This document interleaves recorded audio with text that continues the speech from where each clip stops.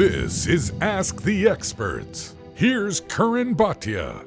I am Curran Bhatia, joined by Will Blackmon, Super Bowl champion, played with 5 NFL teams, combat sports enthusiast, and there's like 20 other things on the list. Will, how are you doing, my friend? Yeah, wine football and combat sports. That's what it is.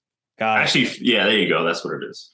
It was 4 teams. It was 4 teams. 4 teams. They're all behind me. You see them. There you go. And then there was a couple stints. There was a couple double stints at the Seahawks, right? Am I getting that right? Yeah. So I did go to training camp with the Seahawks, and then I had a ginger ale with the Saskatchewan Riders. Not a cup of coffee, but a ginger ale. A ginger. And you mentioned wine enthusiast. Before we even get started, I wanted to get your thoughts on this. I remember I was watching Jay Feely talk one time, and he mentioned that before a game, he would drink Sparks energy drink, which I think has a little bit of alcohol in it. And maybe, I don't know, maybe that gave him a little boost. We've heard of Marshawn Lynch and others. I'm guessing there was no wine before any games for you. Night before, not day of. Okay. There you go. Well, it helped Joe Namath, if nothing else. So wanted to ask you, obviously football is back. We're all pumped. We saw the game NFL kickoff last night. It was not a competitive matchup, at least in the second half. Right. I think people maybe expected it to be a competitive matchup, especially if you look at the odds and the lines, -2.5, things like that. What were your thoughts on the opening game for NFL week 1? Yeah, I think a lot of people expected it to be competitive because those are the 2 favorites to go and meet up in the Super Bowl.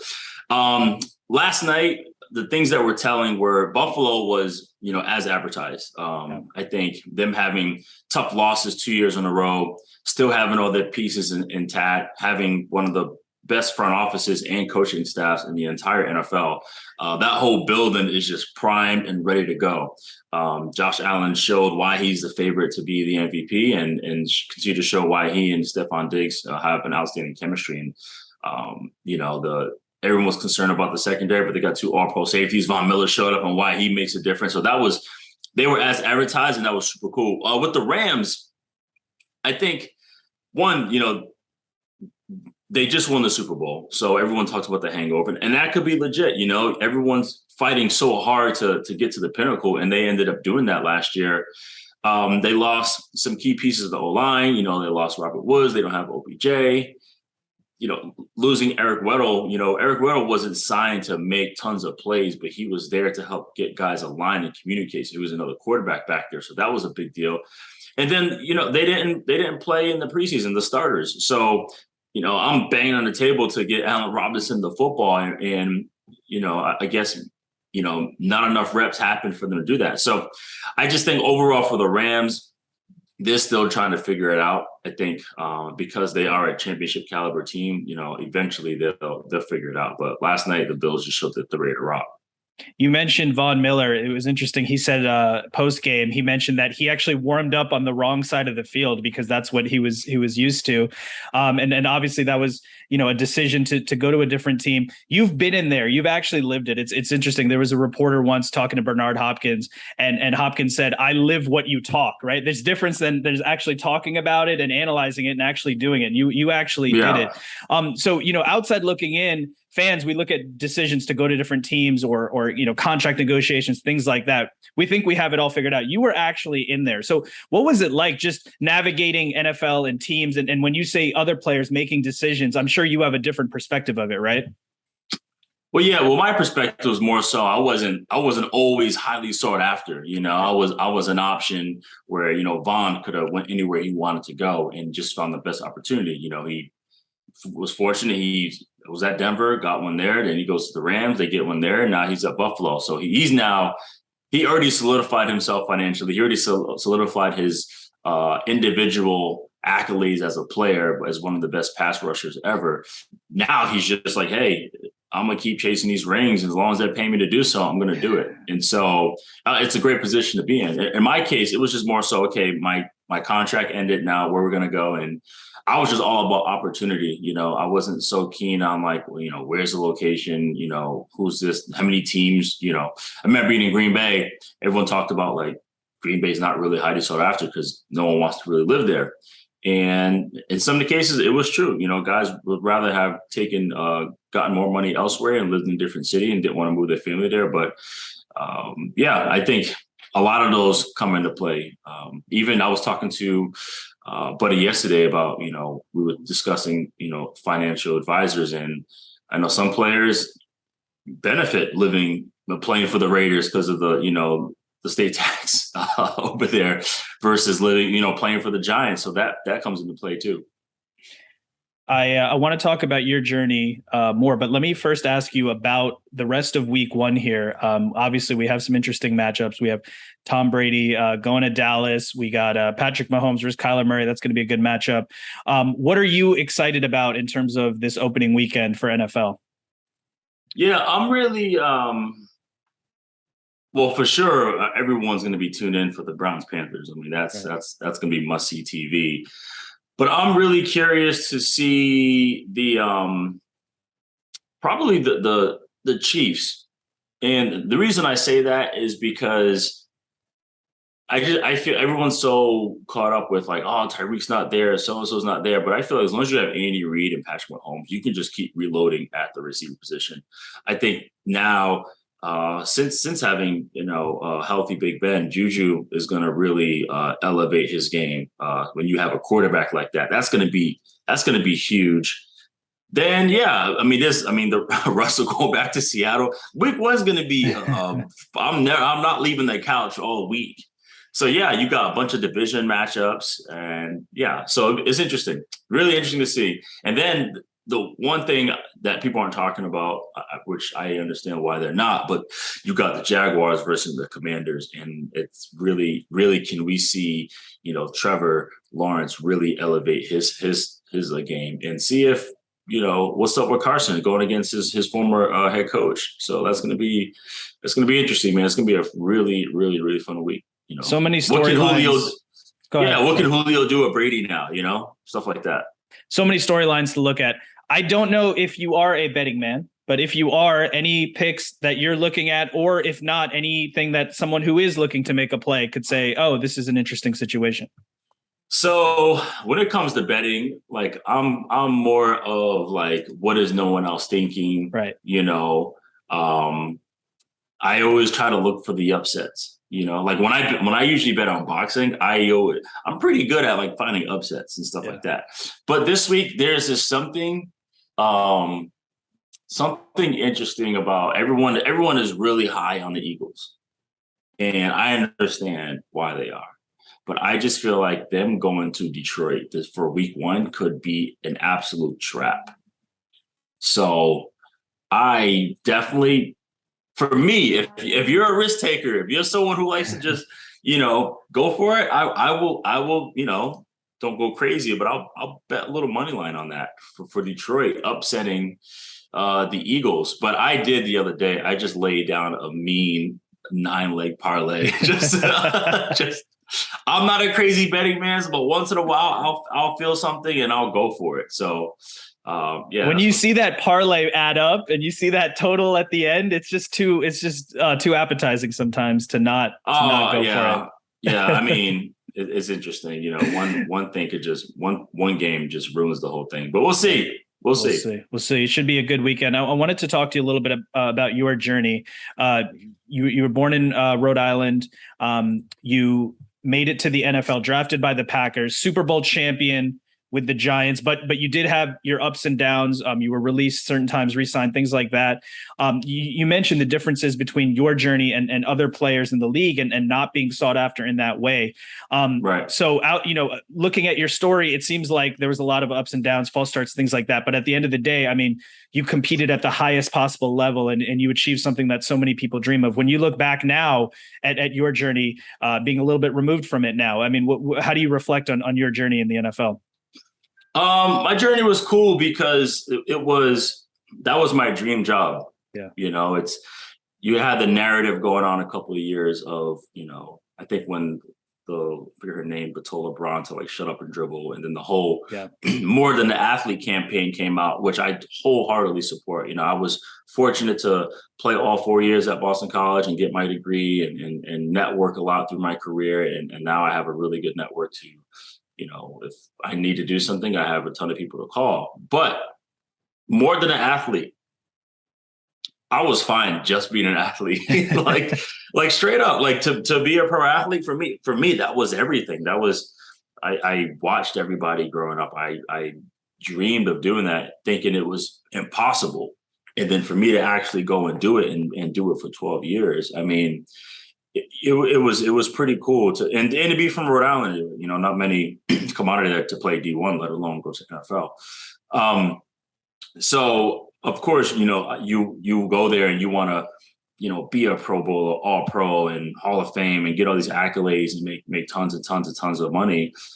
But for me, I had 9 surgeries in my career. I've been released a couple of times. I, even missed a season. So for me, it really, I learned a lot about myself, and I learned that I'm super resilient. And I was fortunate to go to different places. I was fortunate to go to Green Bay. I was such a huge football historian. So to play there was absolutely incredible. And to go to New York and then win a Super Bowl with the Giants in New York, that was absolutely bonkers in itself. And then I got another perspective. I go to Jacksonville, new GM, new head coach, new uniforms, new locker room. Like everything was new. New owner, and I got to see what it was like for a struggling franchise to start from scratch and build. And then I go to finish in Washington for the Redskins at the time. And I got to see an organization where there's a lot of disagreements up top in the front office or an executive area. So I take all of that. And what's cool is from those experiences, I'm able to share a lot versus like, okay, I had a great career, no issues, no injuries, just went through it scot-free. That'd be great. But I'm grateful for those experiences. Football fans, the first Sunday of the NFL season is here, and DraftKings Sportsbook, an official sports betting partner of the NFL, is giving new customers a can't-miss offer to celebrate the return of the NFL season. Right now, new customers can bet just $5 and get $200 in free bets instantly. And as an added bonus for week 1, everyone can experience the thrill of DraftKings early win promotion. It's simple. Bet on an NFL team to win. If your team leads by 10 at any point during the game, you will get paid instantly, even if your team loses. That sounds like a pretty good bet to me. And MMA fans, don't forget about the huge fight happening in Las Vegas this Saturday. We got Nate Diaz taking on Chimaev. Are you kidding me? I am very pumped for that main event. We got Tony Ferguson on the card. It's stacked. I personally cannot wait. Download the DraftKings Sportsbook app now and use promo code Curran, CURRAN, to get $200 in free bets instantly when you place a $5 bet this Sunday. That's code Curran, only at DraftKings Sportsbook, an official sports betting partner of the NFL. Minimum age and eligibility restrictions apply. See show notes for details. I'm sure when you were coming up in high school and college, felt like sky was the limit. I'm just curious of your perspective. I remember there was an interview with Allen Iverson once, and he said, by this point in my career, I expected to have 5 or 6 championships. And then when you get there, you realize how difficult things are. Right. What was your mindset going into the league? Was the expectation different than the experience? Yeah, I really didn't know what to expect. It was funny because I grew up like watching Charles Woodson, and he signed with the Packers the same year I got drafted. So walking into that locker room was kind of starstruck to see him, to see Brett Favre, to see all these guys I used to watch. So, I was just trying not to like screw up, really. That was the biggest thing for me. But it's kind of, I feel like it's just kind of a theme of my whole life. Like when I first signed up for football at the age of 6, once I realized, okay, I can hang with these kids or I'm just as good, I was good. Same thing for Pop Warner, same thing for high school, same thing for college, and same thing into the NFL. Once I got to realize like, okay, like I'm straight, I can handle this, then I was good. The biggest thing for me is I wasn't afraid of competition, or when things got difficult, that's like when it became more fun. So I think that's why I was able to be resilient and play long enough. You mentioned the more than more than just an athlete or the shut up and dribble. I worked at HBO for a long time alongside the great Jim Lampley, who gave a really fitting tribute to Muhammad Ali when he passed. And he talked about the fact that he was the best at what he was doing competitively, but also stood up for the causes that he wanted to. And obviously that was, something to definitely applaud. It's difficult to do, to perform at the highest level athletically and be open and outspoken about different causes and things like that. Right. You mentioned that you were more of a head down and I'm just going to focus on playing. So if you looked at someone like that, what was your perspective of people like that who did put themselves out there to stand up for social causes and things like that? No, I think it's admirable. I mean, it takes a lot to put your career on the line and sacrifice those things. And there's people like that need to exist. So I think all that is awesome and cool. And when it's super genuine and when there's a plan of action, like I totally support it.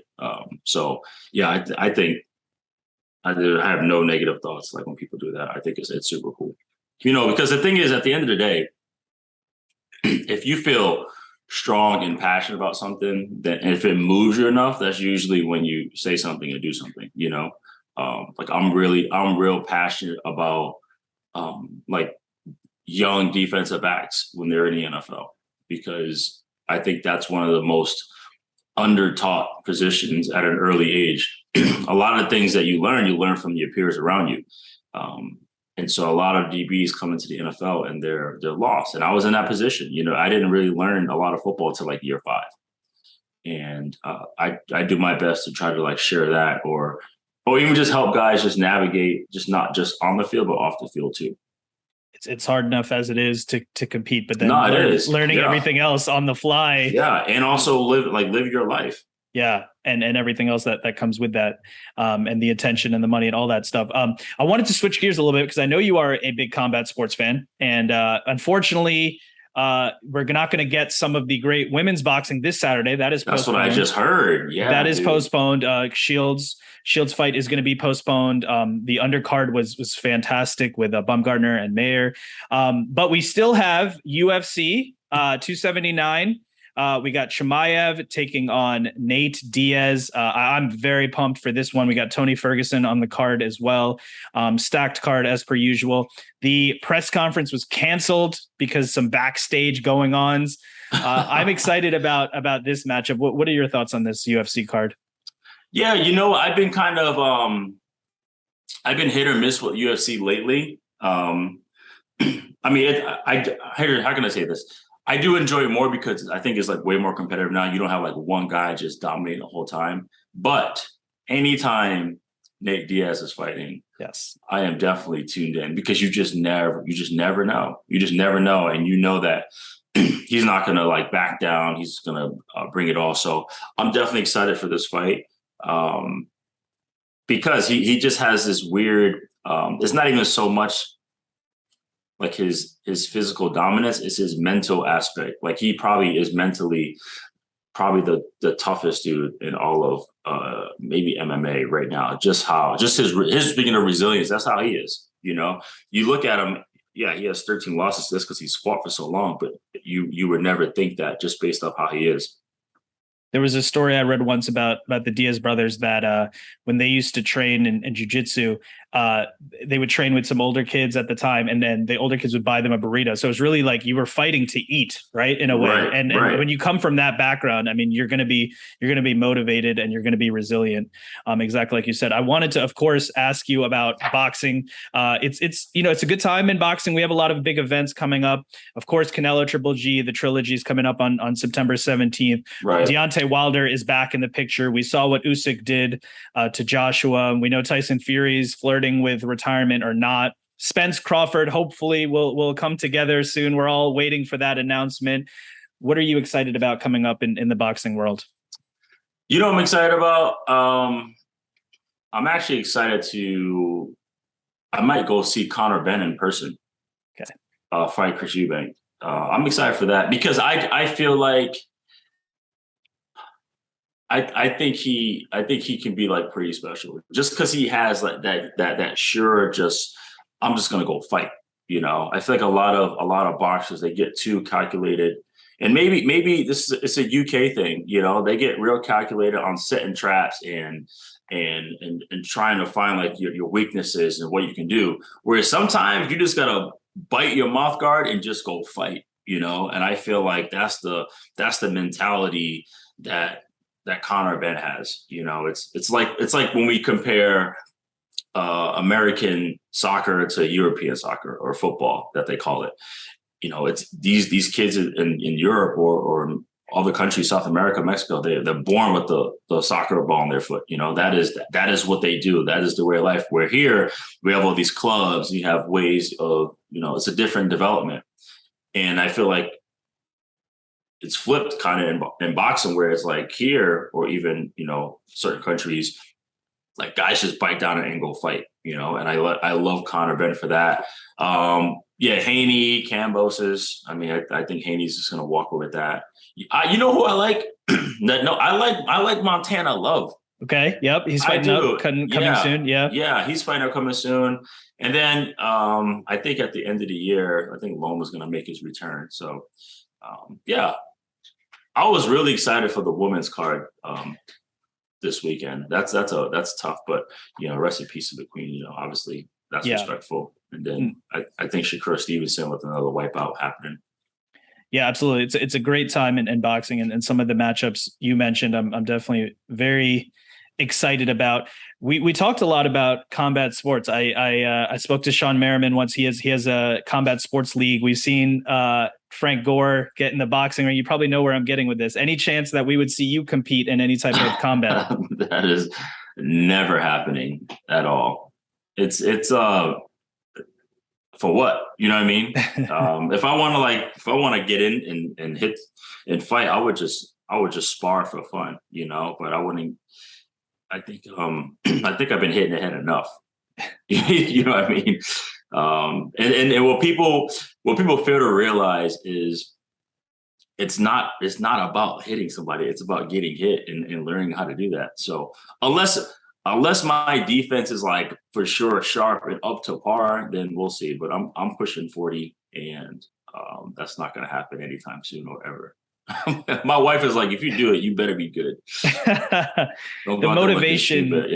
The motivation for fighters is always an interesting thing. You mentioned, you know, like it's like the son of a legend. It's like, do you have that same motivation? We can see it go different ways. We saw that with Julio Cesar Chavez Jr. I knew you were going to say that. And we're seeing it in other ways with other fighters. So it's the motivation of a fighter is always interesting. I had one last question for you. I mean, we talked about your journey in the NFL, winning a Super Bowl championship. You know, you've reached the highest pinnacles, and now obviously the second act, being an entrepreneur in the wine industry and obviously a sports enthusiast and all the other great work you're doing. You know, you've been able to be successful following your passions. I'm just wondering if you had any advice to people listening who are on their own journey, how to, you know, be successful in doing the stuff that you love to do and reaching, you know, a high level with that. Yeah, I think the biggest thing is, number one, just educate yourself in the field. You know, it took me about almost 3 years to get to a position where I feel comfortable to actually properly operate and run a business. And then the other thing for me is like, don't burn any bridges. Because you just never know. You know, I always, I'm in this industry or any industry with no ego. I try to find ways to work together with somebody. If it's not right now, it's not right now. It's never like, no, you know, unless someone is prideful with me, but it's never no. I just find ways to help everyone, try to find ways to work together and be super genuine, you know, just be a good person, understand business. And I feel like that's taken me a long way, because I've been fortunate to have a lot of people in my corner, or have a lot of people that want to work with me, or have a lot of people that want to help me. So I think that's the thing right there, is just be genuine. It's good advice. Will Blackmon, I want to congratulate you on everything that you have achieved and continue to achieve. Thank you so much for the time. I very much appreciate it, and I hope to talk to you soon, my friend. My man, appreciate you. Thank you. Thank you for listening to Ask the Experts with Curran Bhatia.